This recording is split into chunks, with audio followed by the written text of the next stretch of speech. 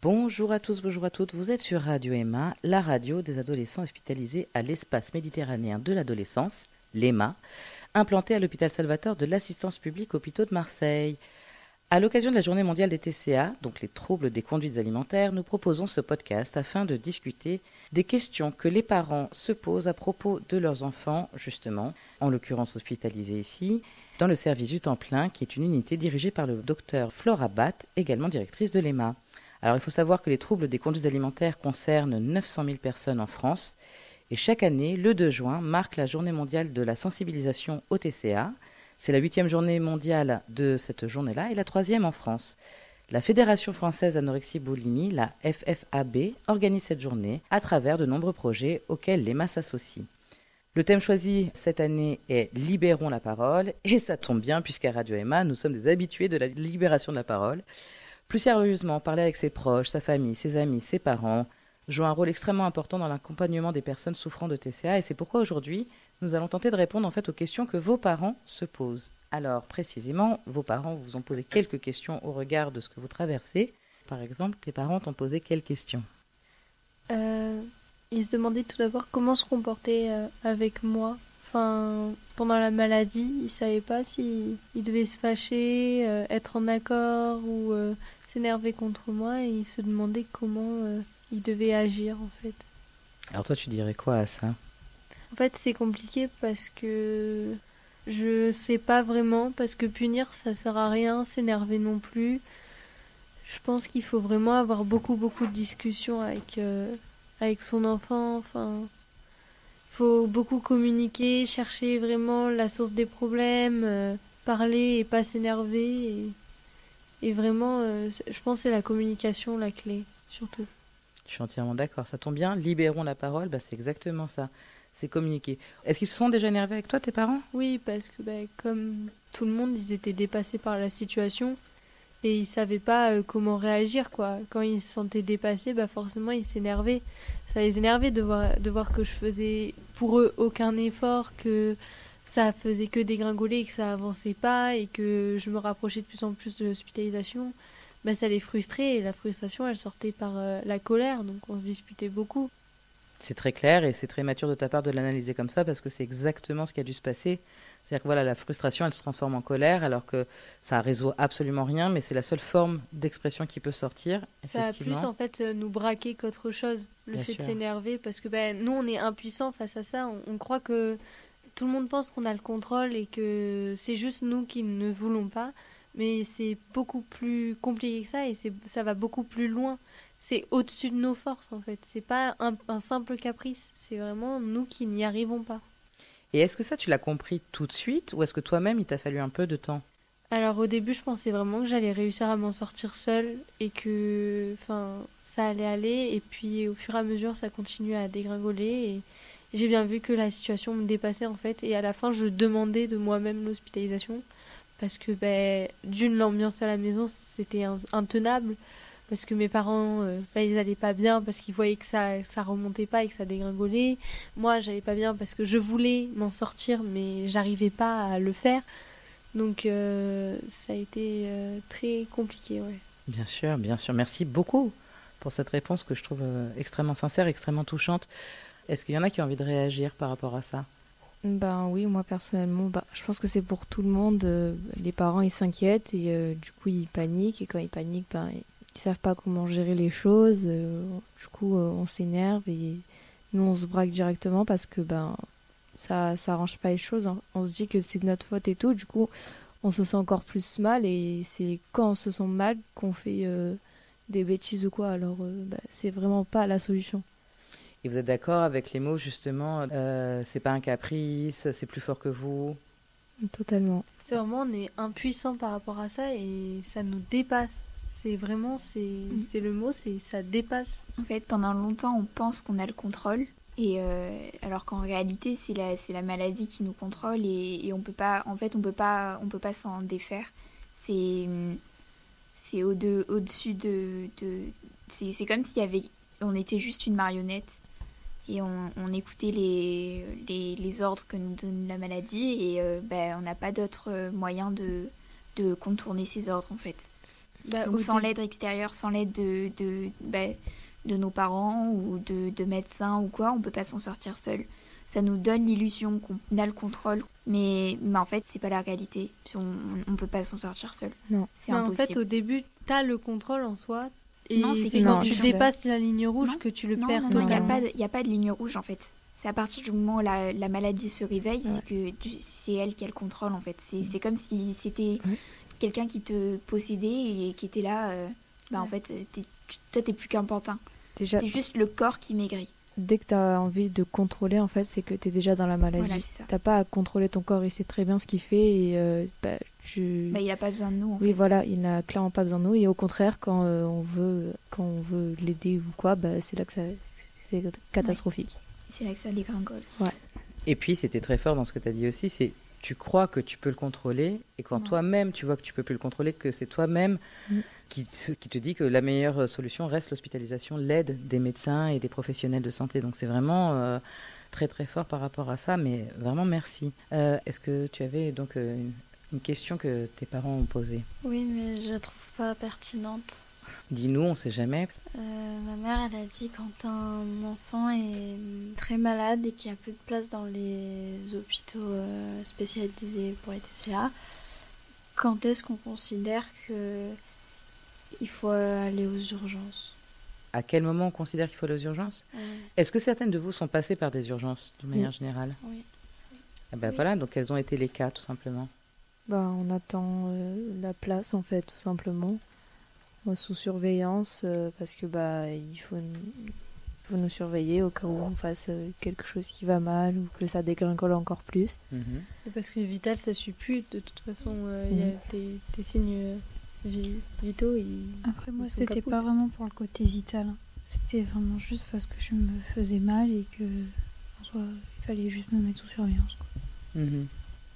C'est un peu pareil, c'était pas vraiment les urgences non plus.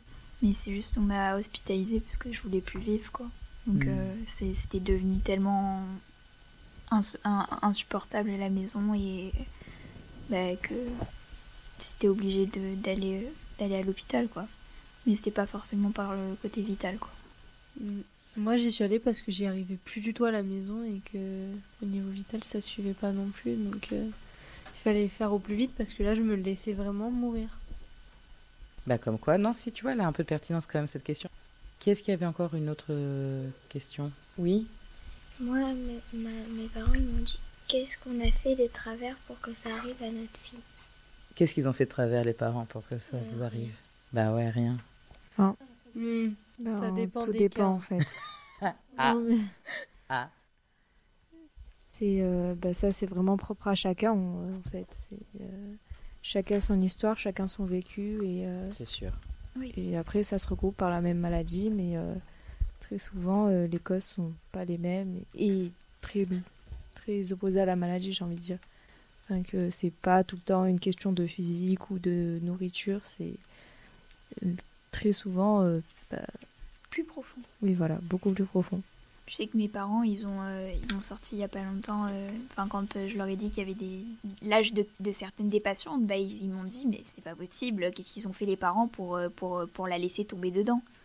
Et en fait, je leur ai dit mais c'est pas les parents, c'est pas elle non plus, c'est juste la maladie, elle s'est réveillée comme ça parce qu'il y a eu un moment où le mental il allait pas bien et il y a eu plein de petits couacs dans la vie qui ont fait que du coup elle s'est réveillée, mais c'est pas une idée qu'on nous a implantée dans la tête en fait.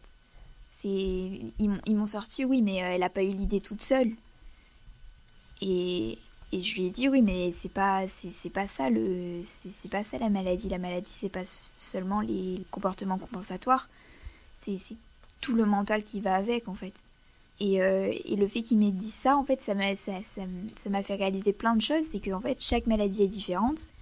Et en fait, en fonction de notre âge, on n'a pas la même approche de la maladie et pas le même comportement non plus.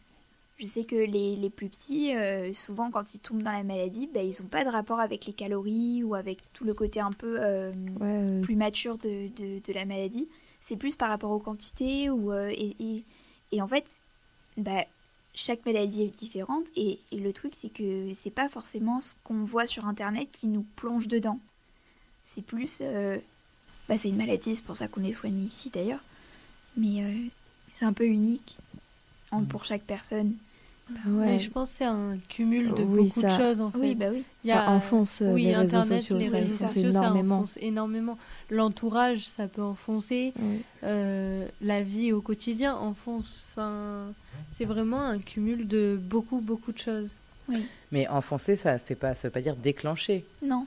N'est-ce pas? Non, parce que en soi, la maladie, elle est, c'est pas, enfin, je sais pas si pour moi, la maladie, elle a toujours été présente, mais elle s'est réveillée plus récemment, quoi. Mais en soi, pour moi, c'est comme si j'étais née avec, mais qu'elle dormait une bonne partie de mon enfance. Toi, tu dirais quoi par rapport à tes parents quand ils te posent cette question-là? Qu'est-ce qu'on a fait pour que tu en arrives là? T'aurais envie de leur dire quoi quand ils te disent ça? Qu'ils n'ont rien fait. Que ça n'a pas à voir avec eux, ou que c'est pas un comportement qui a fait que, et que si on revenait en arrière, il n'y a rien à changer? Pas grand-chose. Est-ce qu'on a encore une question? Moi, je pense qu'il y a aussi des prédispositions au TCA. Ah, oui. Explique-nous, c'est-à-dire? C'est-à-dire quand dans ta famille, il y a eu des cas de TCA ou qu'il y a un rapport compliqué avec la nourriture au quotidien, forcément, tu as des prédispositions à tomber dans ça.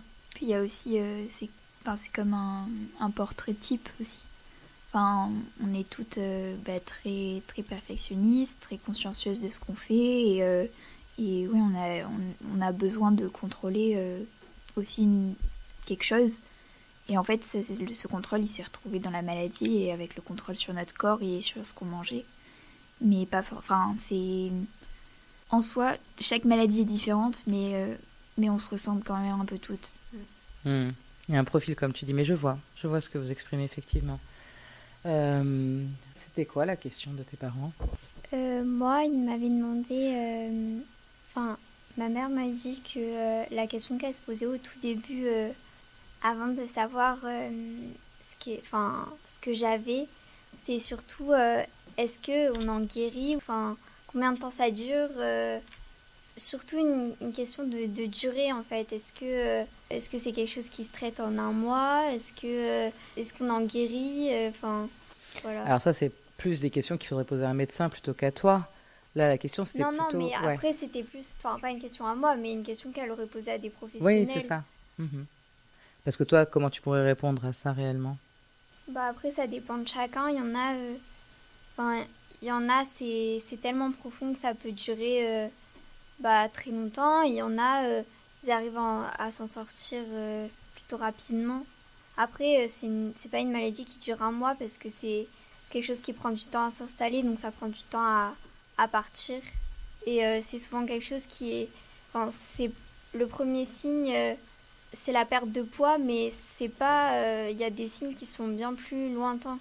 La maladie, elle arrive bien avant la perte de poids. Et il faut en être conscient que ce n'est pas qu'une question de corps, en fait. Le corps, c'est juste ce qui va... c'est juste le corps, c'est juste le reflet de ton mal-être.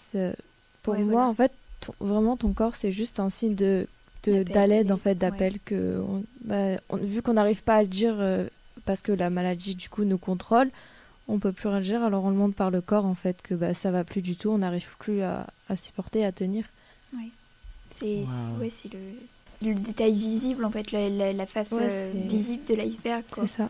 Mais sinon, ouais, au milieu de tout ça, le moral, c'est juste qu'on peut pas, il peut pas suivre la vie à l'extérieur, quoi.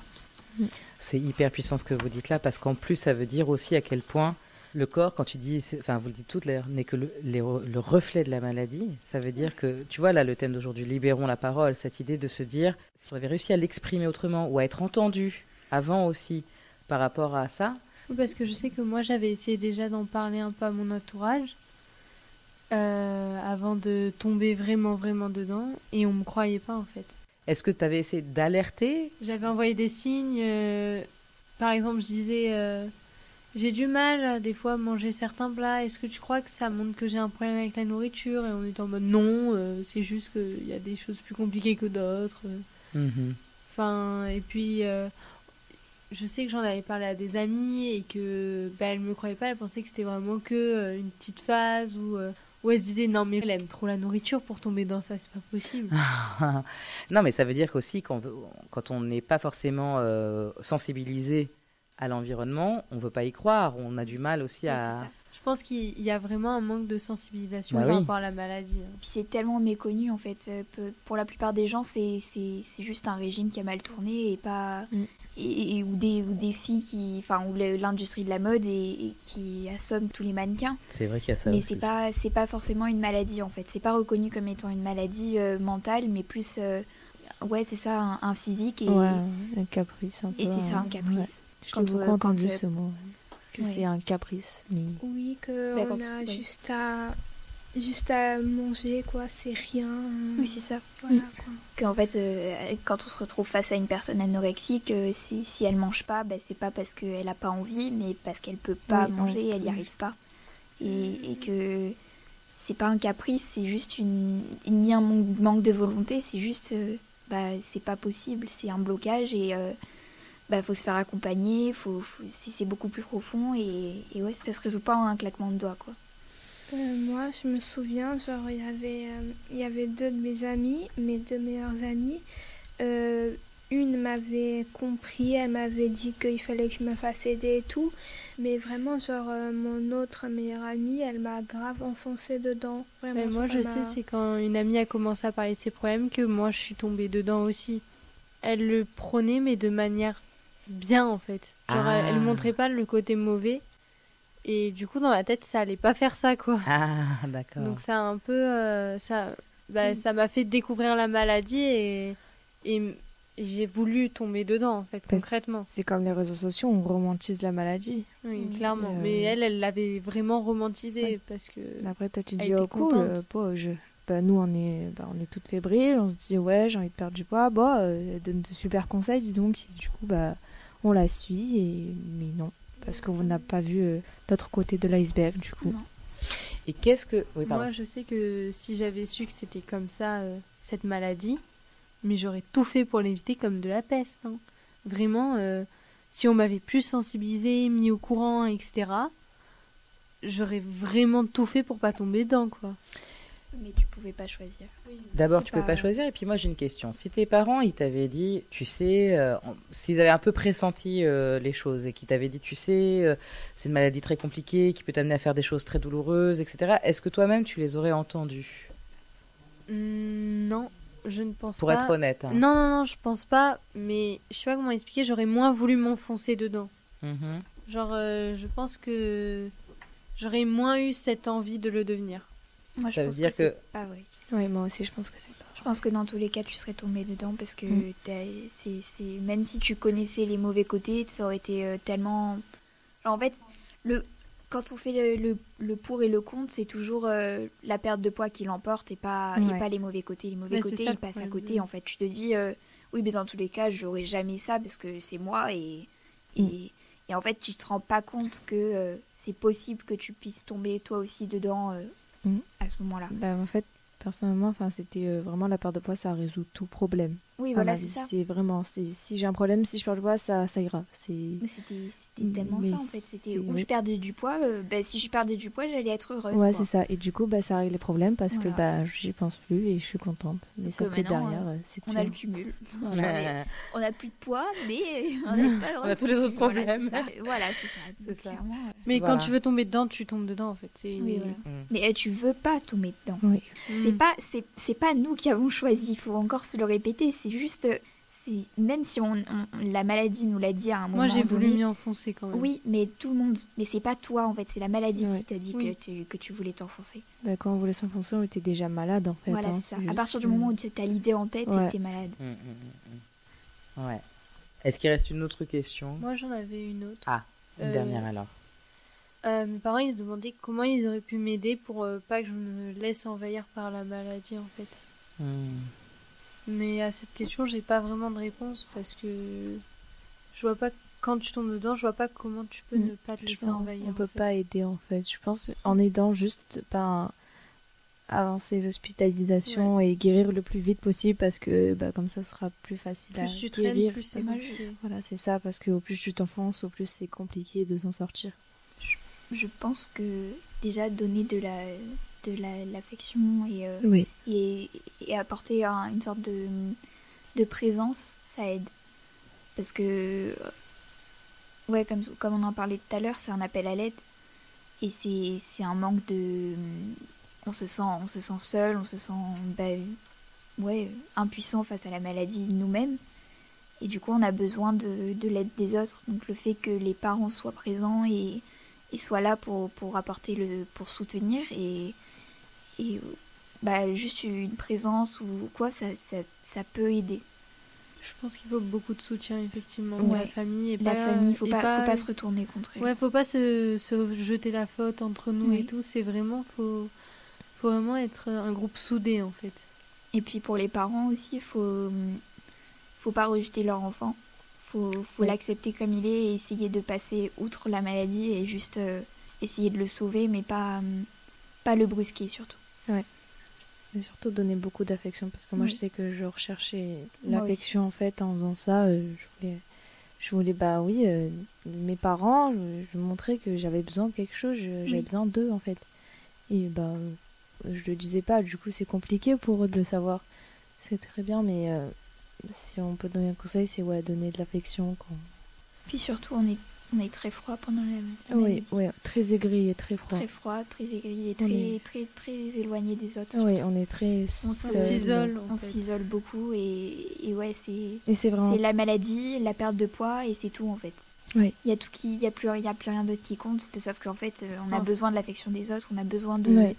En fait, ça paraît secondaire pour nous tout ça. C'est vraiment... Oui, mais c'est hyper important quand même. Et s'isoler, c'est vraiment pas la bonne solution. Du coup, peut-être aussi rester avec l'enfant ou quoi, parce que du coup, il mijote avec ses idées, il pense qu'à ça, et en étant seul, et du coup, ça enfonce la chose. Eh ben, on va se quitter là-dessus sur, en tout cas, donner de l'affection, en donner, en recevoir, c'est très important. Merci infiniment pour tout ce que vous avez partagé là, vraiment. Je rappelle que ce podcast est produit par Radio Emma de l'hôpital Salvatore et de l'assistance publique hôpitaux de Marseille dans le cadre de la journée mondiale des TCA du 2 juin avec la Fédération française anorexie boulimie, la FFAB. Merci à toutes d'avoir répondu à ces questions en espérant qu'elles servent à vos parents et à d'autres qui pourraient les écouter et à tous ceux qui seraient intéressés de toute façon par le sujet. Et à bientôt. Au revoir. Au revoir. Bisous.